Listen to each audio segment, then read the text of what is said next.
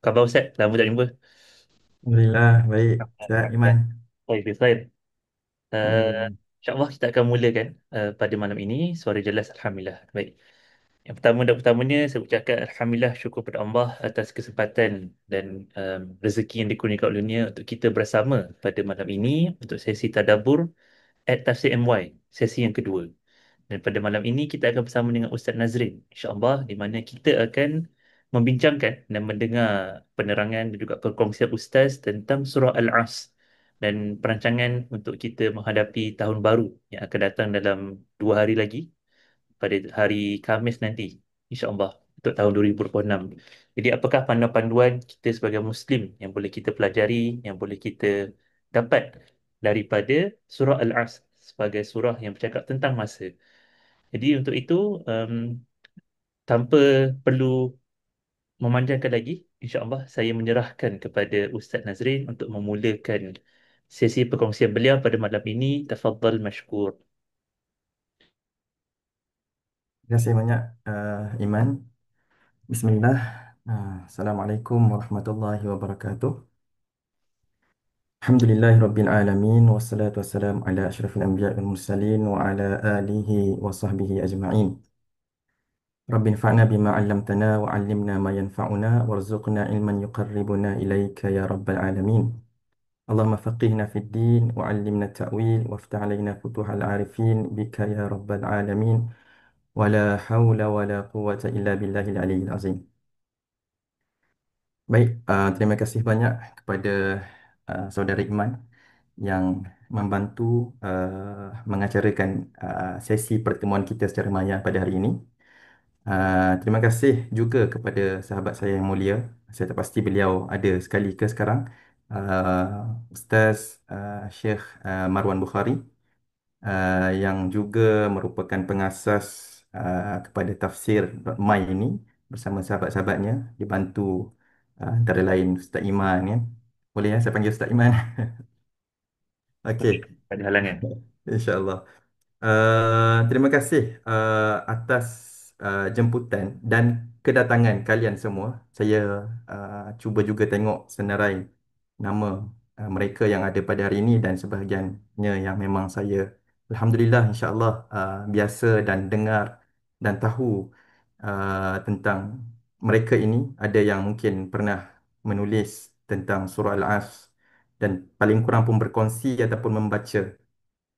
Dan untuk saya secara peribadi, secara formalnya ataupun secara rasminya, saya berkongsi surah Al-As ini adalah yang terakhir kalinya adalah ketika 11 tahun yang lepas, iaitu pada tahun 2014, di mana waktu itu saya berada di rumah sewa di Jordan dan merupakan hari terakhir saya di Jordan. Ketika itu adalah kawan-kawan sebahagian mereka yang datang yang menghantar kita pulang kan. Sebagaimana pesan Hasan al-Basri, walaupun pemergian itu bukanlah secara selama-lamanya, sesungguhnya kita ini adalah bilangan hari. Apabila sebahagian daripada hari itu pergi, sebahagian daripada kita juga pergi. Maka pada hari itu adalah hari terakhir saya di Jordan dan saya pergilah. Dan ketika itulah kita berjumpa dan kita mengamalkan satu sunnah sahabat yang mana kita membacakan surah Al-As dan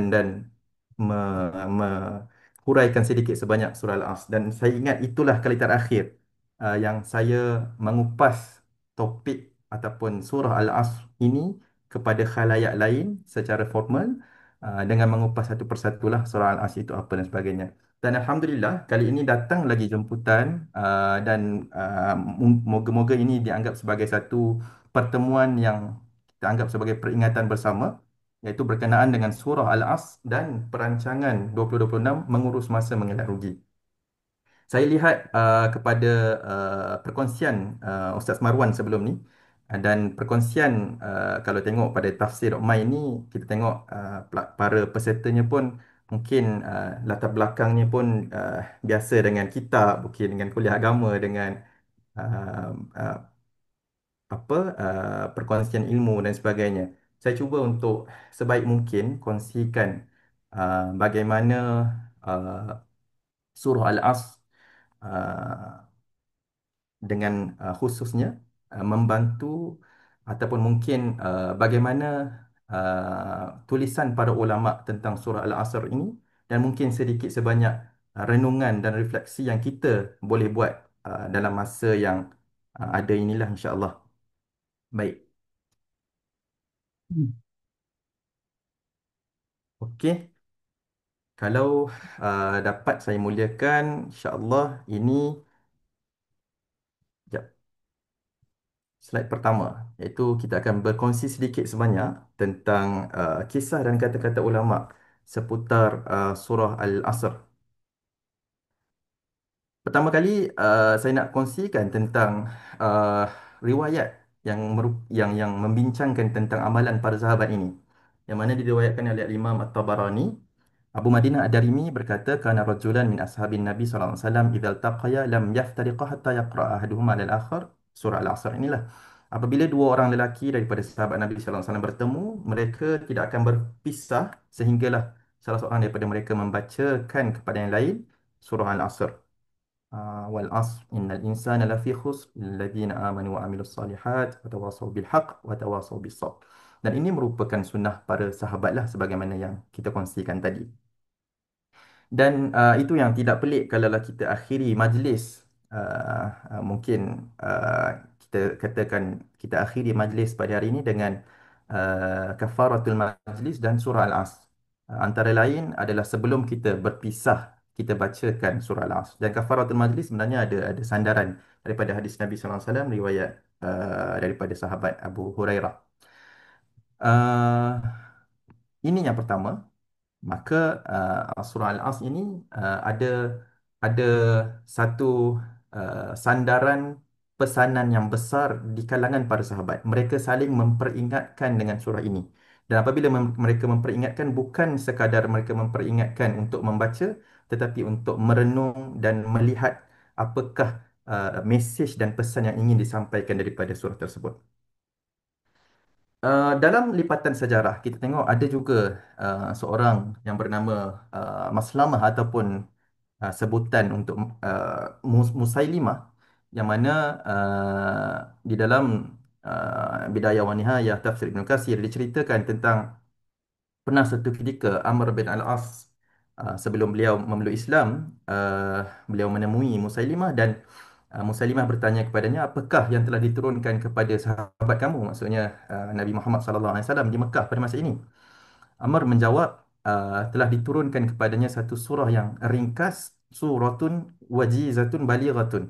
Surah yang ringkas namun sangat padat ataupun sangat tinggi balaghahnya, keindahan bahasanya mungkin kita boleh terjemahkan. Lalu Musailimah tanya, apakah surah tersebut? Uh, Amr pun membacakan surah tersebutlah wal asr sampailah ke akhirnya. Musailimah pun uh, berfikir kejap dan kemudiannya dia angkat kepala dan kata, sungguh telah juga diturunkan kepadaku yang seumpamanya. Ini nak kata betapa bapa pembohongnya, kadzab, yang sangat sangat berpendusta dan pembohong. Dia pun katakan seolah-olah dia pun diturunkan kepadanya, diwahyukan kepadanya surah yang seumpamanya.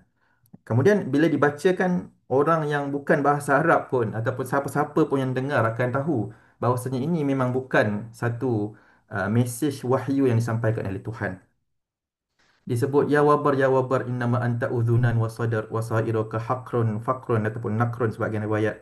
Tapi nak kata betapa jeleknya, tak cantiknya lenggok bahasa yang disampaikan oleh Muslimah sebab dia reka lah dan ia bukan daripada Tuhan. Kerana apabila kalau betul ia datang daripada Tuhan, daripada Allah Subhanahu Wa Taala, sudah pastilah ia adalah sesuatu yang bila kita dengar dan kita baca pun kita tahu berbeza. Kata Amr bin Al-As pun wajizah balighah yang ringkas, padat ataupun indah bahasanya. Lalu inilah yang saya cuba nak bagi tahu. Ketika itu Amr bin Al-As yang mendengarnya pun ketika belum memeluk Islam itu lagi. Faqala lahu Amr, wallahi innaka la ta'lamu anni la a'lamu annaka takdzib. Demi Allah, sesungguhnya engkau sendiri tahu bahawa aku benar-benar tahu bahawa engkau sedang berdusta. Maksudnya kamu pun dengan yakinnya tahu, aku ini yakinnya tahu yang kamu berdusta.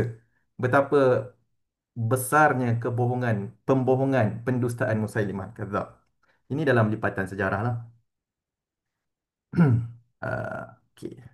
Seterusnya, kita cuba buka juga antaranya Tabaqat Ibn Sa'ad. Kita tengok saat Umar ditikam. Saya tak pasti Ustaz Marwan dah masuk belum. Tapi sahabat kita Ustaz Marwan, dia ada translate ataupun terjemah karya yang agung, yang besar tentang khalifah kedua kita yang diterjemah dan diterbitkan dalam bahasa Melayu. Uh, di mana dalam akhir buku yang diterjemahkan beliau itu memang ada menceritakan tentang kisah kematian ataupun kesedihan kisah Umar ditikam lah.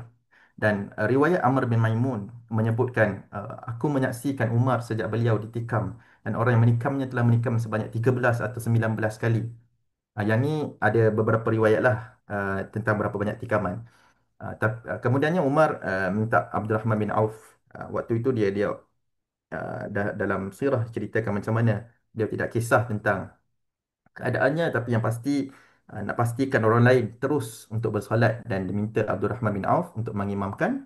Dan dalam riwayat inilah diceritakan bagaimana Abdul Rahman bin Auf mengimamkan dan membaca dua surah yang paling pendek dalam Al-Quran, disebutkan aqsar suratin fi Al-Quran, iaitu surah Al-Asr dan surah An-Nasr, idza jaa nasrullah, pada solat subuh. Uh, dan dalam riwayat lain disebutkan surah yang dibaca adalah Nasr Kausar. Cumanya riwayat Ibnu Sa'ad ini juga dinukil oleh As-Suyuti dalam Ad-Dur Al-Mansur, di mana menyebutkan surah Al-Asr dan surah An-Nasr. Ini sekadar nak menyebutkan betapa surah Al-Asr ini bukanlah nak kata ketika Umar tikam surah Al-Asr itu patut dibaca, tapi ada penulis yang cuba mengoreksi ataupun cuba memikirkan kenapa sahabat yang membacakan surah itu. Of course lah, mungkin dalam zamannya nak permudah, nak pendekkan solat sebab ada yang ditikam. Kemudian uh, dalam Al-Asr antara lain hikmahnya, wajizah balighah tadi tu, yang ringkas, yang padat tu, dalam tu juga ada pesan-pesan kepada untuk kita sabar. Mungkin waktu itu khalifah musibahlah kepada seluruh umat Islam apabila khalifah ditikam, dan dalam surah Al-Asr itu ada pesanan untuk bersabar. Itu mungkin hikmah yang digali oleh para penulis lah. Kemudian kita lihat betapa pesan Imam Ash-Shafi'i terhadap surah ini sungguh besar, ketika mana Al-Imam Ash-Shafi'i dalam riwayat banyak lafaz lah, cuma yang saya sebutkan kat sini, yang saya nukil dekat sini, lau tadabbaran nasu hadhihi surah lakafathum. Sekiranya manusia ni benar-benar mentadabbur surah ini, nescaya ia sudah mencukupi bagi mereka. Dalam sebahagian riwayat, kalaulah yang turunnya hanyalah surah ini pun dah cukup. Nak kata betapa surah yang pendek ini merangkumi segala-gala yang diperlukan oleh umat Islam, uh, oleh manusia. Bahkan ini pesanan yang datang daripada imam besar, Imam Syafi'i, yang mana kita tahu kedekatannya dengan Al-Quran bukan macam kita. Di mana kedekatannya dengan Al-Quran, Imam Syafi'i mengkhatamkan Al-Quran setiap hari satu kali, dan dalam bulan Ramadan dua kali. Maksudnya kalau dalam Ramadan 60 kali dia habis, dia khatam. Beliau khatam lah. Maksudnya Imam Syafi'i dah lalu banyak kali dah surah-surah dalam Al-Quran. Dan bagaimana Al-Imam Syafi'i mengeluarkan kata-kata sedemikian nak bagi tahu yang surah Al-Asr ini mempunyai istimewaan yang tersendiri. Ya, okey. Uh, Baik, saya teruskan. Itu sedikit sebanyak tentang cerita ataupun kisah di sebalik surah Al-Asr lah. Cuma kita masuk, saya tidak akan cuba kupas sebagaimana yang telah ramai orang kupas mungkin, sebab saya tahu ramai lagi di luar sana yang mengeluarkan banyak manfaat, apalagi surah yang sungguh sungguh hebat inilah. Cumanya apa yang saya dapat keluarkan sedikit sebanyak, contohnya tentang demi masa ini. Kalau kita tengok pada surah Al-Asr, demi masa, tafsiran Al-Asr, Ibnul Jauzi dalam Zadul Masir menyebut beberapa pandangan, dan ini sebenarnya tiga pandangan yang dikumpul beliau lah. Sebenarnya kalau kita tengok riwayat, macam-macam pandangan ada. Tapi saya cuba untuk sebutkan pandangan Ibnu Jauzi yang cuba mengeluarkan bahawa wal asr mempunyai tiga pandangan. Of course, kita kalau kita baca Al-Quran, kita akan baca demi masa. Tetapi kalaulah kita uh, kalaulah kita bacakan uh, uh, ma- demi masa itu wal asr, dengan kita faham apakah maksud asr itu, itu mungkin lebih tinggi kita punya khusyuk, lebih tinggi kita punya kefahaman itulah. Jadi wal asr mempunyai tiga pandangan. Yang pertama adalah ad-dahr. Ad-dahr bermaksud masa, sebagaimana pendapat Ibn Abbas, Zaid bin Aslam, Al-Farra dan Ibn Qutaybah. Pandangan yang kedua adalah ia bermaksud uh, Ashi. Ashi itu adalah waktu antara tergelincirnya matahari sehingga terbenamnya. Lebih kurang tengah hari petang macam itulah. Dan yang ketiga adalah pandangan Muqatil, iaitu salat asar. Jadi ini tiga pandangan yang diringkaskan oleh Ibnul Jauzi. Ada yang katakan masa, ada yang katakan apa, Ashi, iaitu pandangan Hasan dan Qatadah, ada yang katakan solat asar. Dan sebenarnya ada yang mengatakan waktu asar itu sendiri, bukan solat asar. Ada yang mengatakan dahar ini, mungkin asar ini waktu yang luas, luas seluas-luasnya, ataupun mungkin sebahagian waktu yang telah berlalu, ataupun mungkin waktu zaman nubuwah, zaman Islam dan sebagainya. Macam-macam tafsiran, cuma mungkin ini yang kita keluarkan di sini. Dan sedikit mungkin sebutan tentang salat asar ini diambil daripada tafsir Kasyaf, iaitulah Zamakhsyari menyebut bahawa sebenarnya Allah Subhanahu Wa Taala bersumpah dengan salat asar kerana keutamaannya berdasarkan firman Allah Taala, was-salatil wusta. Apa, solat asar, dan peliharalah solat yang pertengahan, iaitu solat asar sebagaimana yang terdapat dalam mushaf Hafsah. Dan berdasarkan sabda Nabi SAW, sesiapa yang terlepas solat asar maka seolah-olah dia kehilangan ahli keluarganya dan hartanya. Man fatathul asr faka'annama wutira ahlahu wa malahu. Hadis ini hadis riwayat Bukhari dan Muslim. Begitu juga kerana tuntutan menunaikan salat asar itu lebih berat, memandangkan manusia pada penghujung siang hari sering tenggelam dalam urusan perniagaan dan pencarian rezeki serta sibuk dengan keperluan hidup mereka. Maka pandangan salat asar ini ada hujahnya, logiknya juga, sebagaimana antaranya didatangkan oleh Al-Imam ataupun Az-Zamakhsyari ini. Uh, Teruskan. Imam At-Tabari di dalam tafsir At-Tabari menyebutkan was-sawabu minal qawli fi dhalik an yuqal, pendapat yang paling tepat dalam hal ini ialah bahawa Tuhan kita bersumpah dengan Al-Asr. Al-Asr merupakan satu nama bagi Ad-Dahr, yang merangkumi waktu petang, malam dan siang, dan tidak dikhususkan daripada mana-mana waktu yang diliputi oleh nama ini. Maksudnya bukan masa yang tertentu sahaja. Walam yukhassis mimma syamilahu hadzal isim maknan duna makna.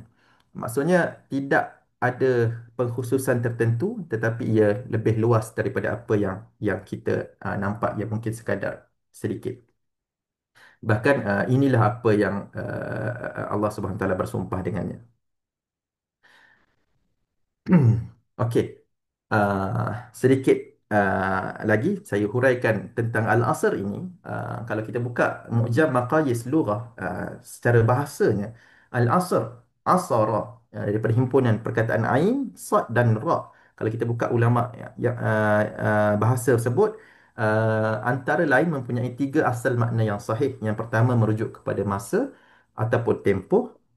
Yang mana yang kedua pula adalah dagtu syai'in hatta yatahalla.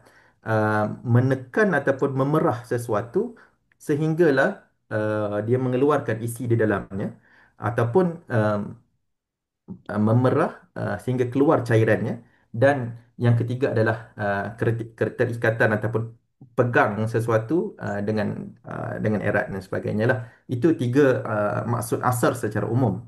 Dan dalam satu buku yang saya sangat anjurkan kepada siapa yang boleh membaca dalam bahasa Arab, Khittah Al-Barakah karangan Syekh Salah Fath Al-Khalidi, saya baca dulu di Jordan. Dalam ini di diletakkan banyak sekali apa nama, pesanan-pesanan daripada seorang ulama besar kepada kita dan dengan bahasa yang mudah.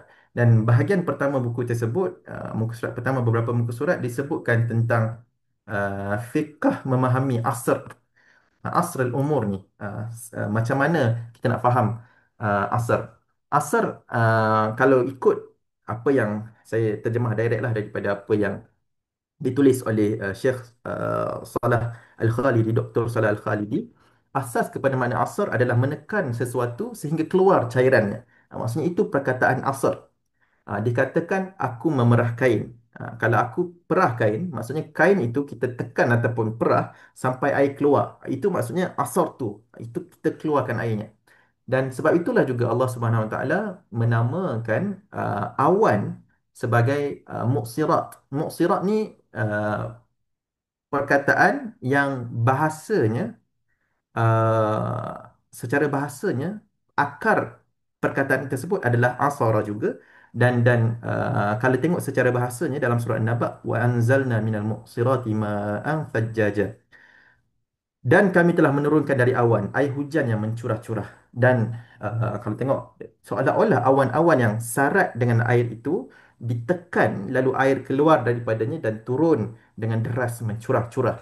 Maka kalaulah kita nak perah sesuatu tu, maksudnya kita tekan, kita perah untuk keluarkan isinya. Macam itulah juga umur ataupun masa dan umur manusia, ia juga merupakan asar, kerana umur kita ini perlu diperah supaya kita dapat keluarkan, dapat manfaatkan sebaik-baik mungkin faedah dan manfaat yang kita patut dapatlah. Dan pesan Syekh lagi, umur setiap individu adalah waktunya yang khas, yang mana wajib kita perah, digunakan serta dijalani dalam kehidupan dengan sebaik-baiknya. Maka perahlah umurmu, wahai saudara Muslim. Tekanlah ia dengan kesungguhan, lawanlah hawa nafsumu dan curahkan seluruh daya upayamu agar umur yang terbatas itu tidak disia-siakan. Kerana kalaulah kita dah perah umur kita sebaiknya dan ambil manfaat daripadanya, nescaya engkau akan menyesal atas. Kalau kita tidak perah, kita akan menyesallah atas kehilangannya. Begitulah kefahaman kita terhadap perahan ini. Bahkan sebahagian ulama, contohnya dalam tafsir Misbah, Muhammad Syekh Muhammad Quraisy Shihab menyebutkan uh, dengan cantik juga tentang perbahasan asara ini, di mana beliau katakan antara lain, kalau kita nak faham asar, surah Al-Asr ini difahami dengan waktu asar, kerana mungkin kita manusia itu boleh jadi daripada awal pagi lagi kita dah perah kita punya tenaga dan sebagainya, dan waktu asar ini adalah waktu yang kita mencari mungkin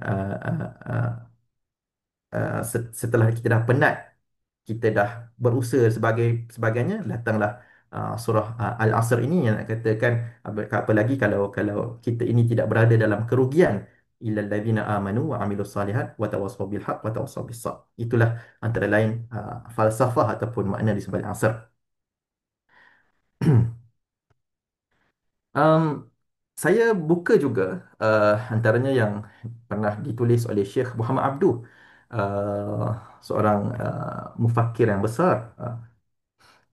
Syekh Muhammad Abduh menyebut dalam tafsir Juz' Amma yang diriwayatkan, di mana menjadi kebiasaan orang Arab bahawa mereka berkumpul pada waktu asar. Mereka berkumpul, mereka yatahadatsu wa yatadzakaru, berbual-bual, saling ingat hal ehwal kehidupan mereka. Ada kalanya dalam perbuatan itu terdapat perkara yang tidak wajar atau yang menyakiti sesama mereka. Lalu manusia menyangka bahawa masa itu tercela. Maka maksudnya seolah-olah mereka duduk-duduk sama diorang waktu asar, kemudiannya mereka bercakap-cakap, tapi secara langsung ataupun dalam perbualan ada benda-benda yang tak patut. Makanya uh, mereka sangkakan bahawa masa itulah menjadi puncanya. Masa itulah yang tercela. Maka Allah Subhanahu Wa Taala bersumpah, wal asr, bersumpah dengan masa untuk sedarkan bahawa masa itu pada dirinya sendiri bukan sesuatu yang dicela atau dicerca. Laisa mimma yudhammu wa yusabbu, bukan satu yang dicela atau dicerca, sebagaimana kebiasaan manusia mengatakan zaman ini sial, waktu yang malang atau masa yang buruk dan seumpamanya. Bahkan nak bagi tahunya, sebenarnya masa itu bukanlah sesuatu yang tercela. Masa adalah masa makhluk Allah, yang mana sebagaimana seorang penyair pernah berkata, Na'ibu zamanana wal aibu fina. Kita mencela masa kita, padahal aib dan celaan itu ada pada kita. Wama li zamanina aibun siwana, dan tidaklah ada pada zaman ataupun masa kita itu satu aib ataupun cela, melainkan kitalah yang dikatakan cela itu. Maka itulah dia, nak kata mungkin salah satu uh, hikmah yang diturunkan Allah Subhanahu Wa Taala, bahawasanya Allah bersumpah dengan masa untuk sedarkan bahawa masa itu pada sendirinya tidak ada apa-apa, ia neutral. Di dalamnya ada perkara yang baik, di dalamnya ada perkara yang buruk. Sebab itulah ada hadis juga di mana dalam Sahih Muslim, Abu Hurairah radhiyallahu anhu meriwayatkan bahwasanya Nabi sallallahu alaihi wasallam bersabda dalam hadis sahih riwayat Muslim, la tasubbud dahar fa innallaha huwad dahar. Janganlah kamu cela masa kerana sesungguhnya Allah lah masa. Itu terjemahan literalnya, kerana sesungguhnya Allah lah masa, ataupun Allah lah yang mencipta dan menguasai masa. Imam An-Nawawi, ulama besar mazhab Syafi'i, ketika mensyarahkan hadis Sahih Muslim ini menyebutkan qala ulama wa huwa majaz. Ulama jelaskan bahawa ungkapan ini maksudnya yang tadi itu, fa innallaha huwad dahar, Allah itu merupakan masa, merupakan kiasan, di mana sebabnya orang Arab dahulu mempunyai kebiasaan mencela masa ketika ditimpa bencana, peristiwa buruk dan musibah seperti kematian, tua, kehilangan harta, nyanyuk dan sebagainya. Mereka kata alangkah malangnya zaman ini. Malangnya zaman ini, masa ini dan seumpamanya daripada ungkapan-ungkapan yang mencela masa. Maka Nabi SAW bersabda, janganlah kamu cela masa kerana sesungguhnya Allah lah masa. Maksudnya Allah lah yang menciptakan, yang menguasai masa. Yakni janganlah kamu cela pihak yang menurunkan bencana, kerana apabila kamu mencela pelakunya, celaan itu kembali kepada Allah Ta'ala, kerana dialah, Allah lah yang melakukan dan menurunkan peristiwa tersebut. Adapun masa yang dimaksudkan sebagai zaman itu sendiri tidak mempunyai perbuatan, bahkan masa itu hanyalah makhluk Allah Subhanahu Wa Ta'ala. Maka makna sesungguhnya Allah lah masa ialah bahawa Allah lah yang melakukan peristiwa-peristiwa dan kejadian serta pencipta seluruh makhluk. Wallahu a'lam. Suka saya untuk sebutkan di sini, ada seorang ahli tafsir yang mana menyebutkan Bintu Syatib. Tadi saya minta izin patah balik kejap kepada uh, riwayat daripada Syekh Muhammad Abduh. Syekh Muhammad Abduh ini, riwayat dalam tafsir Juzul Amma ini, apa kata-kata beliau ini dipetik juga antara lain oleh orang yang uh, tokoh ulama Syiah, yang Al-Qasimi, yang sangat banyak dipengaruhi oleh beliau dan Rashid Ridha, Hamka bintu Syafti Al-Amin Al-Hariri, Al-Amin Al-Harari dan Quraisy Shihab. Ini maksudnya yang disebutkan tentang orang Arab, kebiasaannya mereka ingat hal ehwal kehidupan mereka, sebut pasal tak wajar dan sebagainya, itu dipetik juga oleh tokoh-tokoh yang saya sebutkan dekat bawah tu lah. Maka salah seorang daripada mereka, Bintu Syatib, saya nak sebut warna-warni dalam tafsir sekadar menyebutkan, Bintu Syatib, kalau kita baca tafsirannya, Bintu Syatib ini merupakan seorang perempuan, uh, dan dikatakan beliau lahir di satu kawasan di Mesir tu, di sebelah sungai Nil, tak silap saya. Di mana disebabkan itu dinamakan sebagai ibnu, anak sungai lah, ataupun anak pesisiran lah, Syatib kan. Jadi beliau merupakan seorang perempuan yang mana banyak sebenarnya hasil ataupun pencapaian yang tidak dapat dicapai oleh ramai orang di luar sana, tapi beliau beliau beliau dapat dapat sumbang. sumbang.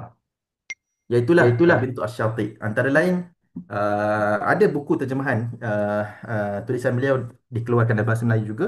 Dan antara lain beliau juga merupakan pentahkik. Pentahkik ni orang yang menzahirkan kembali manuskrip lama, kemudian untuk dikeluarkan ke dalam bahasa yang ataupun cetakan yang kita boleh baca lah. Di mana Bintu Syati merupakan pentahkik kepada kitab Muqaddimah Ibn Salah, yang merupakan satu kitab penting dalam ulumul hadis, yang setahu saya pentahkik Muqaddimah Ibn Salah ini antara lain adalah guru kepada guru kami, iaitu Syekh Nuruddin Itir, Syekh Mahir Yasin, Fadl.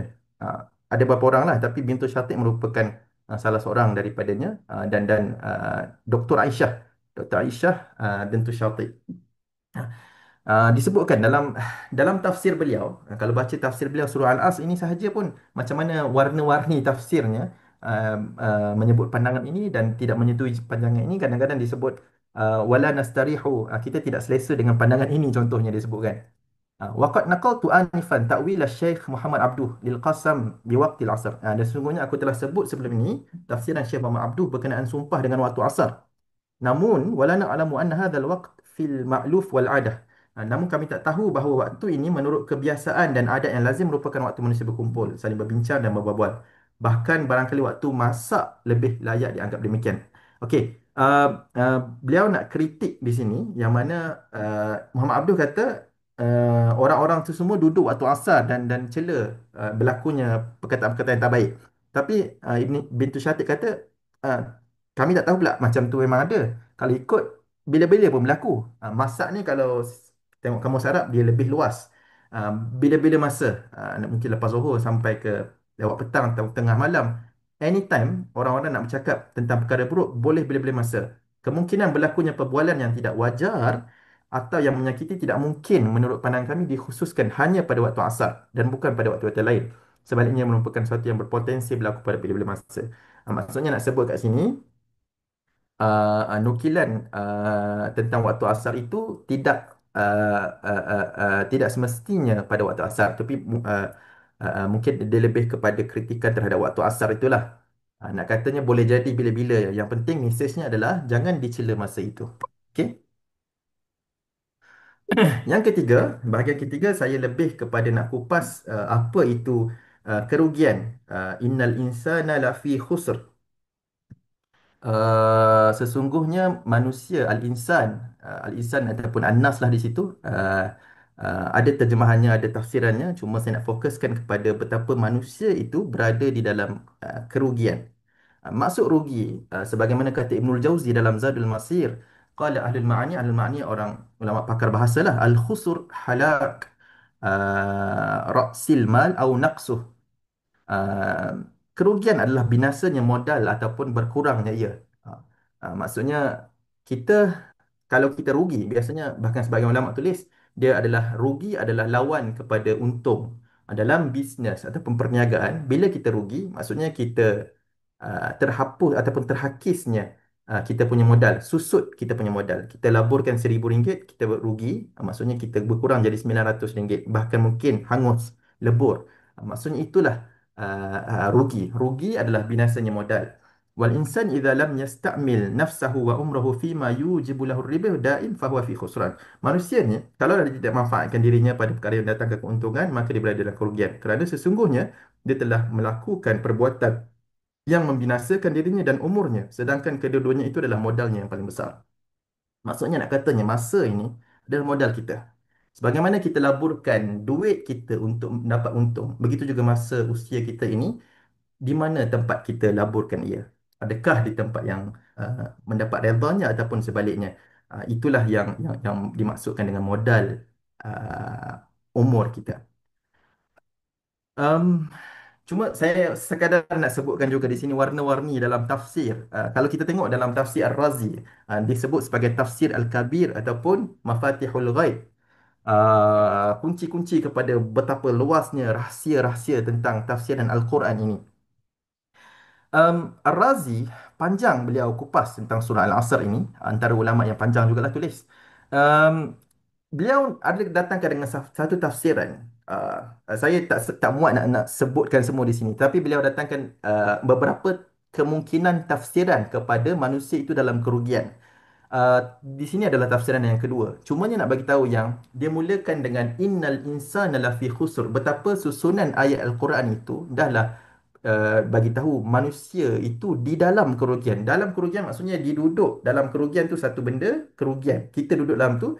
Maksudnya semua arah ini adalah kita rugilah. Kita memang dah lenyap masuk dalam tu kan. Dan kemudian dari segi bahasa Arabnya, lafi khus, dia ada apa nama harf taukid di situ, apa nama, kita kita tambahkan dalam bahasa Arab, apabila disebut huruf-huruf tertentu tu ia tambahkan lagi kekuatannya terhadap, nak kata confirm rugilah. Jadi manusia ini confirm rugi.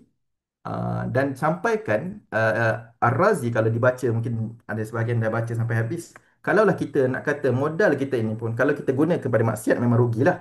Tapi kalau kita guna untuk perkara harus, ia rugi juga dari satu sudut kerana tetap berlaku uh, apa, kita tidak meninggalkan apa-apa kesan yang baik. Sebab harus ini sekadar harus. Jadi, sepatutnya kita pergi ke arah yang baik.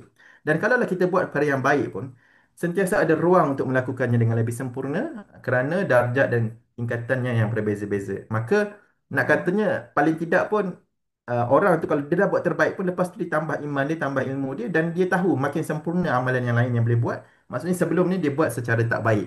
Nak katanya confirm ruginya, betapa betapa dalamnya kerugian yang kita sedang hadapi tersebut. Dan penjual ais ini yang dicontohkan oleh Imam Fakhruddin Ar-Razi, sebagaimana yang sebenarnya saya jumpa antara lain riwayat daripada Ibnul Jauzi antara yang mula-mula menyebut tentang penjual ais ini. Bahkan dalam ulama kemudian Said Qutb menyebutkan dalam tafsir Fizilal tentang analogi ini.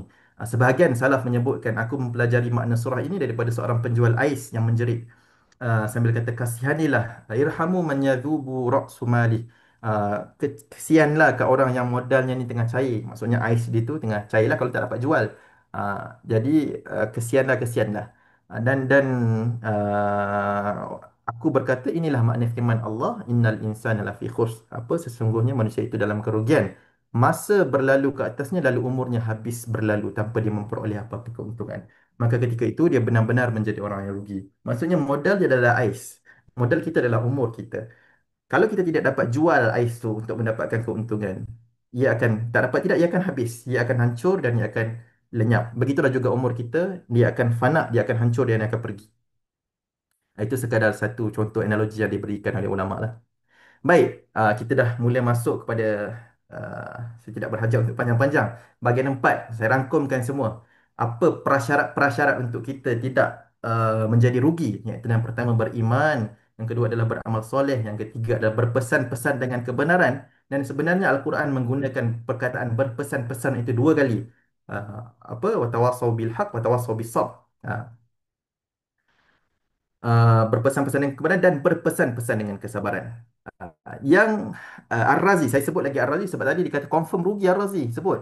Tapi dalam tafsiran terhadap ayat yang baru ini disebutkan bahawasanya sebenarnya ayat ini mengandungi ancaman yang sangat keras, ialah confirm rugi, sebab Allah hukumkan semua manusia, hakama bil khusran ala jami'in nas illa man kana atiyan bihadhihi al-asya' al-arba'ah, kecuali mereka yang menghimpunkan empat perkara ini, iaitulah iman, amal soleh, saling berpesan dengan kebenaran, dan saling berpesan dengan kesabaran.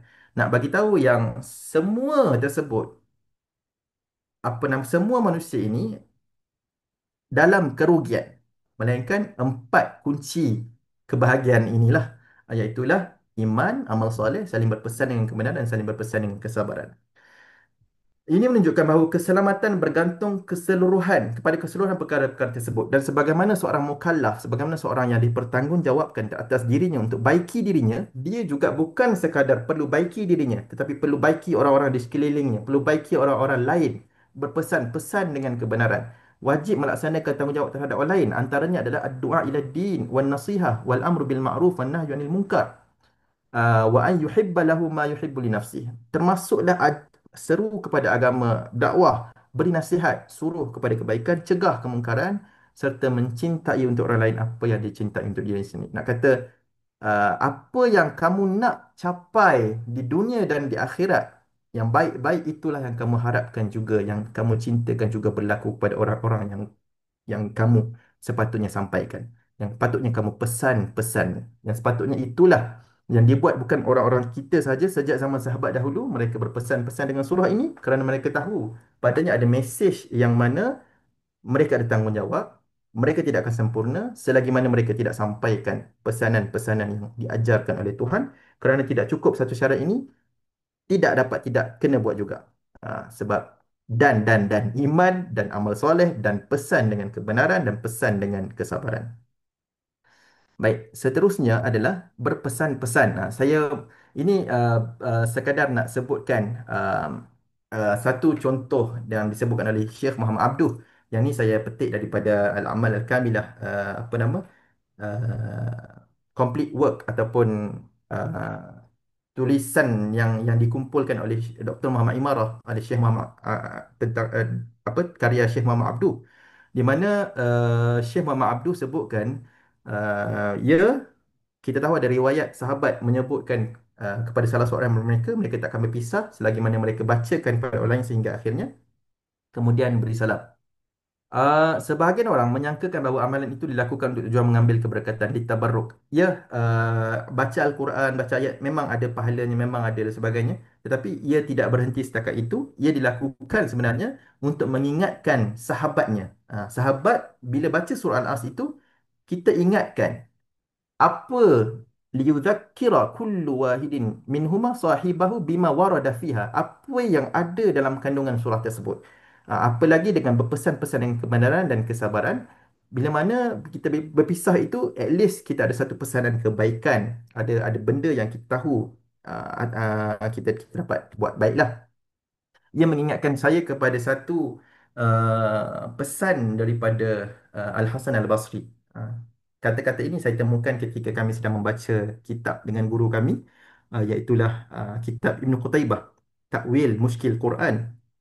Ketika kami dalam kelas yang berapa tu, kami jumpa satu ibarah ataupun satu kata-kata ayat daripada Hasan Al-Basri yang menyebutkan Al-Quran diturunkan untuk diamalkan. Fattakhadhan nas tilawatahu amalan. Maka ada sebahagian manusia yang menyangka bahawasanya ia diturunkan, ataupun ada sebahagian manusia menyangka dengan cukup membacanya itu sudah menjadi satu amalan. Al-Quran turun untuk diamalkan, tetapi sebahagian manusia bercukup dengan sekadar membacanya sudah dikira sebagai amalan. Maksudnya tidak cukup sekadar baca, baca ada pahalanya, satu huruf 10 pahala, kemudian sangat bagus untuk mereka membaca, tetapi jangan lupa apa yang penting sebagaimana yang kita tahu, berpesan-pesan dengan surah Al-Asr ini bukan sekadar pada huruf-hurufnya sahaja, bukan sekadar pada tajwidnya, bacaannya, tetapi pada pesanan yang ada di dalam Al-Quran, mesej di dalam surah Al-Asr itu. Baik, kita turun terusnya kepada, saya sekadar nak sebut sebab Syekh Marwan dalam kelas yang pertama banyak sebut tentang Maulana Hamiduddin Abdul Hamid Al-Farahi, seorang tokoh ulama yang lain daripada lain lah, dia punya konsep, dia punya pembacaan. Bila kita baca pun, saya completekan bacaan dalam tafsir surah Al-Asr ini pun nampak kehebatan beliau dalam munasabah lah, especially susunan apa, logik-logik yang disebut. Contohnya disebutkan keberadaan surah Al-Asr. Ia disebut nama ulama, tapi cara dia sebutkan antara keberadaan surah Al-Asr ini berada di antara surah apa, Alhaakumut Takatsur, yang mana kalau kita tengok, kita renungkan, sebelum surah Al-Asr ini adanya surah yang mana manusia lalai dengan mengumpul harta, mengumpul mengejar pangkat dan sebagainya, dan kemudiannya surah selepas Asr itu juga adalah Wailul likulli humazatin lumazah allazi jama'a malan wa addadah, yang mana mengumpulkan harta juga.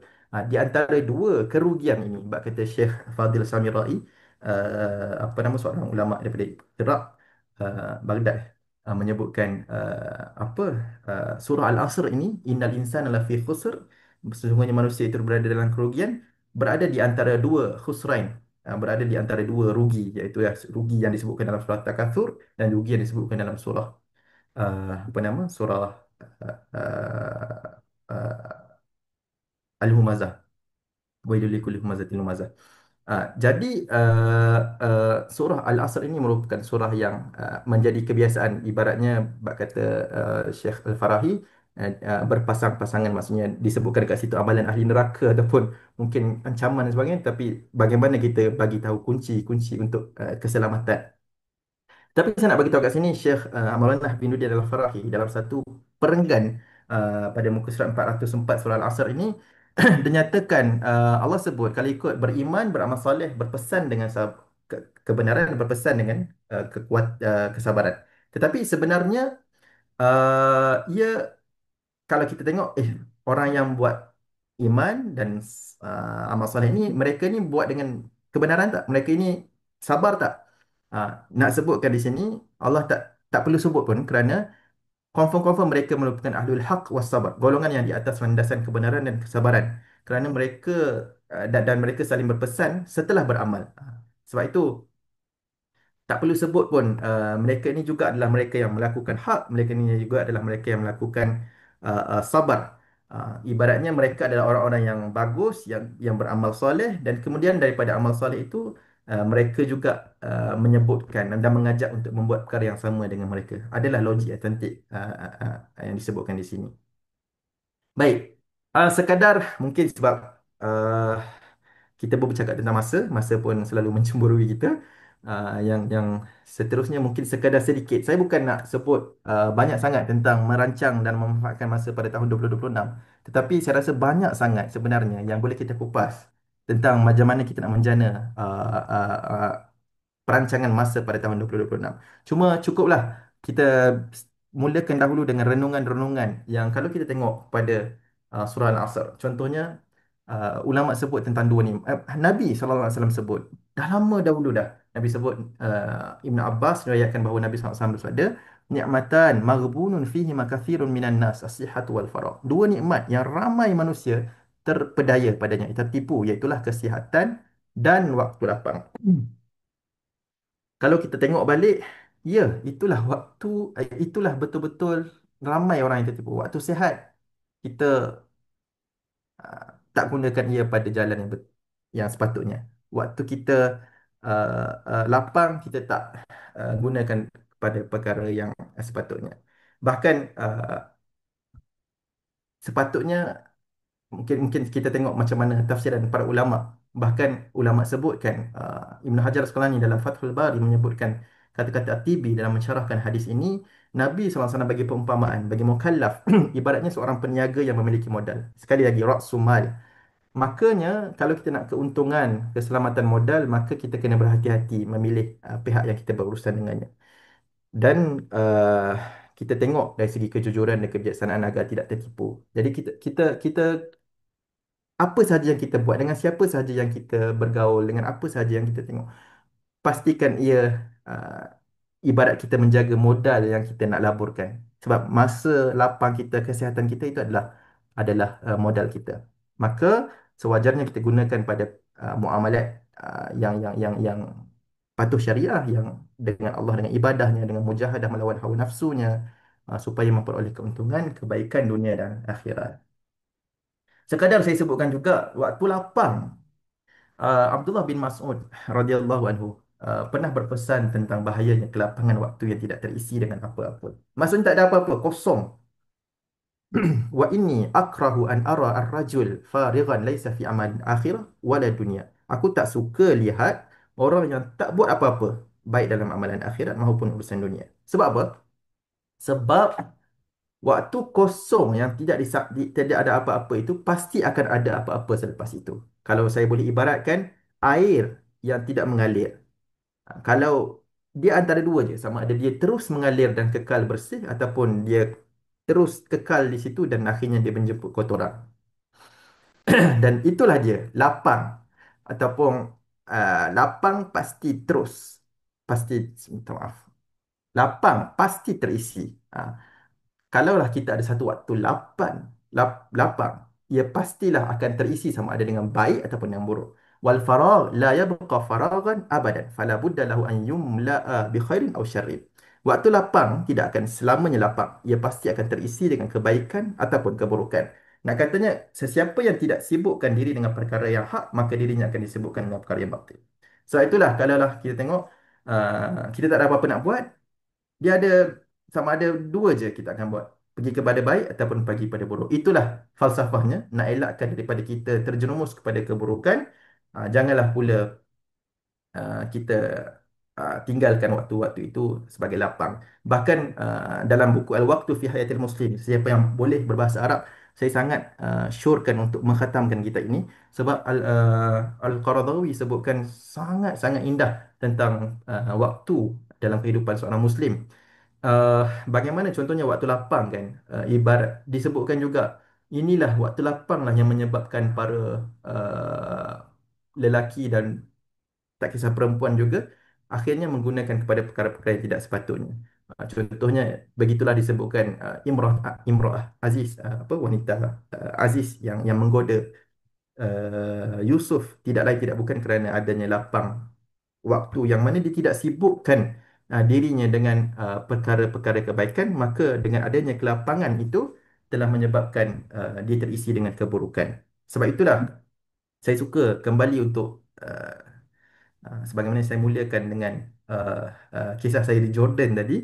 Ada seorang senior saya di Jordan yang begitu saya kagumi dari segi masanya, dari segi pengurusan susun atur masanya, sangat baik, sangat sangat cantik. Dan bila ditanyakan kepadanya macam mana nak jadi produktif, hebat dan sebagainya, sebab dia produktif. Orang yang action speaks louder than words ni adalah mereka yang bila kita pergi kat dia, mereka ada je untuk kita, dan mereka taklah sibuk. Aku tengah sibuk ni, aku tak.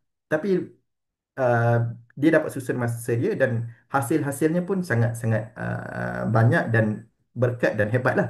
Bila saya tanya kepada dia macam mana dia uruskan masa, dia kata kalaulah kita sibuk, barulah kita ada masa. Nak katanya sibukkan masa-masa kita tu dengan perkara-perkara yang berfaedah, yang terisi dengan jadual yang patut.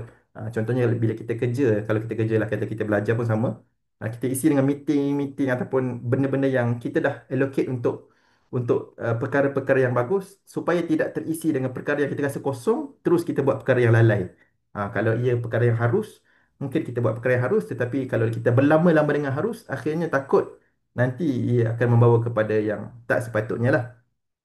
Sebab itulah isi masa tersebut dengan baik, jangan biarkan kosong, dan beruntunglah mereka yang mengisi masa lapangnya dengan kebaikan dan kesejahteraan, dan binasalah orang yang mengisinya dengan kejahatan dan kerosakan. Begitulah saja saya nak tutup. Saya pun tak sempat nak sebutkan beberapa contoh. Mungkin di lain hari, mungkin dalam platform yang lain, contohnya buku kan ke kan. Cantik lah kita dah compact dah, kita dah susun dah banyak kita tengok pasal perkara ini.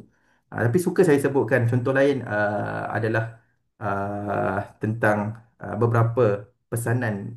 Contohnya kalau kita nak cuba kaitkan dengan ruginya masa, saya pernah terbaca satu buku Rolf Dobelli, ditulis dalam bukunya The Art of Thinking Clearly, Uh, seni berfikir dengan jelas. Contohnya ada satu konsep sunk cost fallacy. Sunk cost fallacy maksudnya uh, kita salah berfikir pada logik yang mana kita dah gunakan sebahagian masa kita, laburkan duit kita untuk perkara yang tak sepatutnya. Kemudian perkara yang kita rasa rugi, kemudian kita nak stay juga sebab kita rasa kita dah berpenat-penat untuk itu. Contoh dia cerita dia pernah pergi tengok wayang dan dia dah bayar. Tapi bila dia pergi duduk dengan wife dia, dia rasa cerita tu sebenarnya tak best dan tak bagus pun untuk ditengok. Tapi dia stay juga. Kenapa? Kerana dia kata, dah bayar dah, tak apalah, terpaksalah tengok.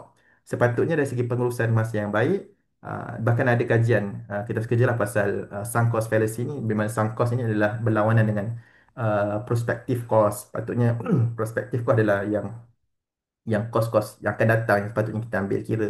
Tapi sunk cost fallacy ini menyebabkan kita dah rugi masa. Sebab kata Ar-Razi, uh, macam ni confirm rugilah kan. Sebab kita dah masukkan elemen, alah aku dah bayar, aku duduk je lah. Ataupun aku dah laburkan projek ni 100 juta, confirm lah benda tu akan rugi. Tapi orang dah labur tu biar je lah.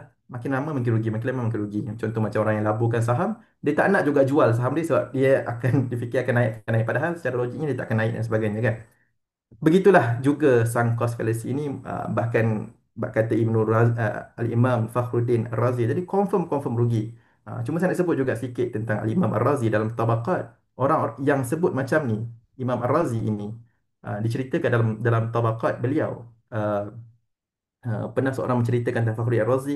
Fakhruddin Ar-Razi sangat berduka bila mana beliau tergunakan waktu yang dirasa patut guna untuk benda lain, untuk bermanfaat, hanya untuk makan.